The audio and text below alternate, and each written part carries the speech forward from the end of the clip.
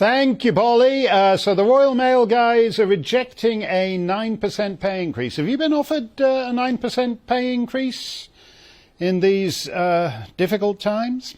Most people are not terribly numerate, so they have a difficult time grasping the significance of numbers. Queue jumpers like Philip Schofield are still all in on the COVID vaccine fairy tale because that's easier than actually looking at the data on not just the terrible harm they've done to many, but on their waning efficacy for those they don't actually kill and injure. Hard, cold numbers can be very useful, especially with regard to the big picture, as with demographics. Demography is destiny.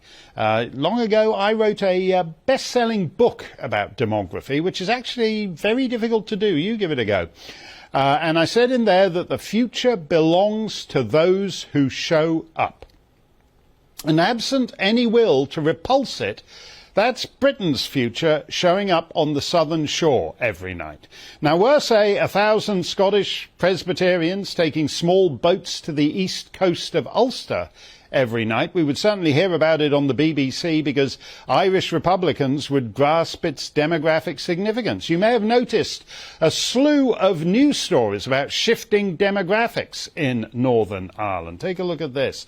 For the first time, the census shows more Catholics than Protestants. And suddenly, the British media gets very excited by demographics because at the Beeb and elsewhere, they dislike unionism and have been waiting half a century or more to dance on its grave. We'll get into that with Kate Hoey a little later. But demographics in the UK as a whole doesn't excite the Republican romantics of the London media looking at the world through their shamrock-hued spectacles half so much. On Saturday night, a supposed 990 quote-unquote asylum seekers landed on the southern shore. 1,000 people doesn't sound a lot in a nation of 67 million, but for purposes of comparison, there were 624,828 babies born in England and Wales last year. These are the official statistics from the Office for National Statistics.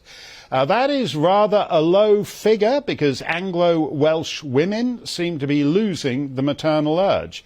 But it equals 1,712 newborn babes a day versus 990 Albanians and Somalis and whatnot washing up on the southern shore. So those folks arriving by dinghy every night are equivalent to about 58% of England and Wales's natural population growth through the old-fashioned method of new babies every day.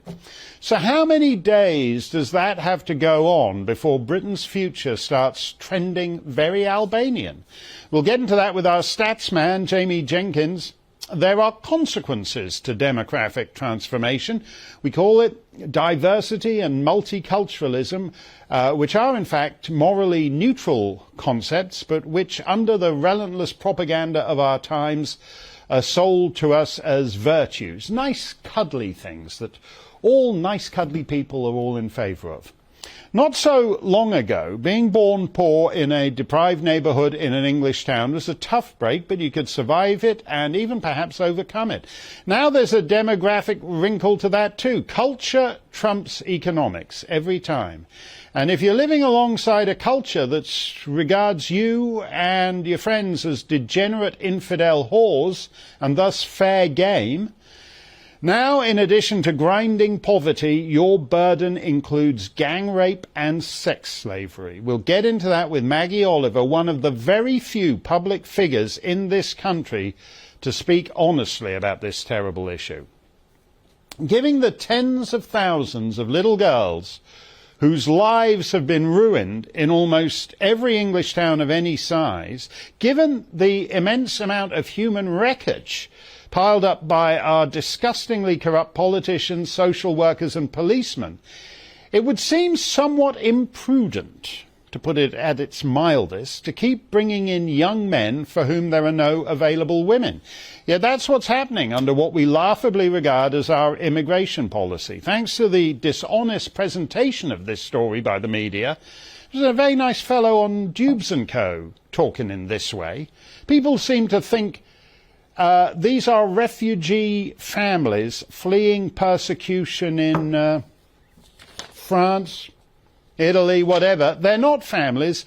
Here's a graph made by the aforementioned Jamie Jenkins from the official Home Office statistics. Look over on the right-hand side. 87% are men. 87% are men. And 3/4 of those men are aged 18 to 39. If you're a 12-year-old girl in Rotherham, Rochdale, Oxford, Telford, you might want to invest in a new pair of sneakers. What would you call 1,000 men of military age coming ashore every night? The Home Secretary called it, quote, an invasion, as it would have been described at any other point in British history. Just this year, for example, enough men have arrived on the southern shore that it's actually about twice the number of men who arrived, who were dispatched by the King of Spain in the Spanish Armada. This time it's not a foreign king dispatching a foreign army, but it is a foreign criminal enterprise. Very lucrative business, human smuggling, particularly now that they're using the ludicrously misnamed Border Force and the Royal National Lifeboat Institution as their subcontractors, helpfully improving the foreign criminals' bottom line by sticking most of the transportation costs to the British taxpayer. So Suella Braverman was quite right to call it an invasion. She hasn't repulsed a single dinghy. She hasn't deported a single Albanian. But simply because she talks butch, the media and the awful, hollow, unprincipled squishes of the Tory party, the men and women who have utterly destroyed conservatism in any meaningful sense, are demanding that she be fired. The correct Tory position on the nightly invasion is apparently that of Lord Nelson at the Battle of Copenhagen. You put the telescope to your blind eye and say, I see no dinghies. Because Mrs. Braverman is a braver man than her colleagues, she sees the dinghies and has said so, so now she has to go. Here are the top stories over at The Spectator today. Headline: Why Sunak would find it tough to lose Braverman. Headline: Why Sunak shouldn't sack Suella Braverman. Headline: Could Robert Jenrick end up replacing Suella Braverman? Headline: The Tories are addicted to self-destruction. Well, that one's certainly true.